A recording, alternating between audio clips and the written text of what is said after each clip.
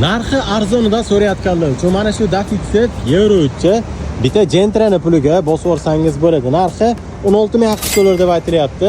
Egalar o'zlari bilan yana kelishilgan holatda yaxshi narxga savdolashib olsangiz bo'ladi. Ma'lumotlar bilan endi birma-bir tanishtirib o'tib ketaman.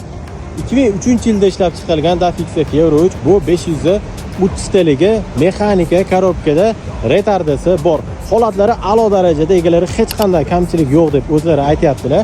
Motor qildirib qo'yilgan ekan, qildirilgandan beri 6000 km masofani bosib o'tgan, korobkasida ham hech qanday kamchilik yo'q deb egalari aytayaptilar. Xo'p, baklari bu tomonda 400 talik bak, u tomonda 8 litrli bak bilan jihozlangan. Balolarning holatini videoni o'zida mana ko'rsatib o'tganman. Bu mana tiyagachi oldi balolarning holati. Bu mana orqa balolarning holati. Salonlarning ichki holatlari ham ideal holatda turibdi.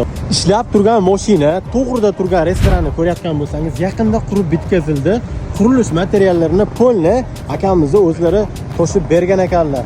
O'zingizni qiziqtirgan boshqa ma'lumotlarni o'zlariga telefon qilib olsangiz bo'ladi. Telefon raqamlarini har doimgidek videoni past qismida yozib qoldiramiz. Manzil Namangan viloyati, Namangan shahrida turibdi. Lori.uz bilasizlar, Telegramda hozirgi kunda 28 mingdan oshiq obunachiga ega bo'ldi. Yaxshi narxdagi yuklarni Telegramdagi Lori.uz guruhda olsangiz bo'ladi. Videoga like bosib, mana shunaqa arzonni qidiruvga, furachi tanishlarga maksimalni tarqatib qo'ysam, esdan chiqmasa, hammaga rahmat.